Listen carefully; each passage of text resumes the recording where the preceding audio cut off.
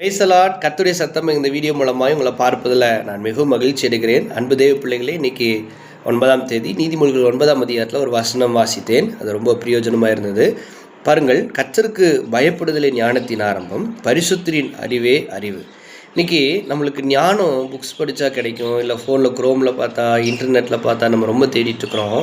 ஆனால் கர்த்தருடைய வசனம் சொல்கிறது, ஞானம் கர்த்தர் தாங்க தர முடியும்.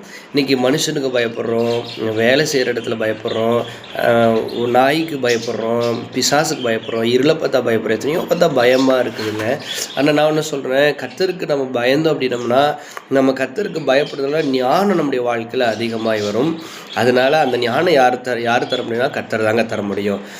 நம்மளுடைய படிப்போ அல்லது நம்முடைய வாழ்க்கையில் நம்ம ஓடுகிற அந்த ஓட்டங்கள், பிரயாசங்கள் ஞானத்தை தர முடியாது, எக்ஸ்பீரியன்ஸ் தரும். ஆனால் ஞானம் கர்த்தருக்கு பயப்படும் பொழுது, அவருக்கு பயந்து அவருடைய வழியில் நடக்கும் பொழுது கர்த்தர் ஞானத்தை தரு.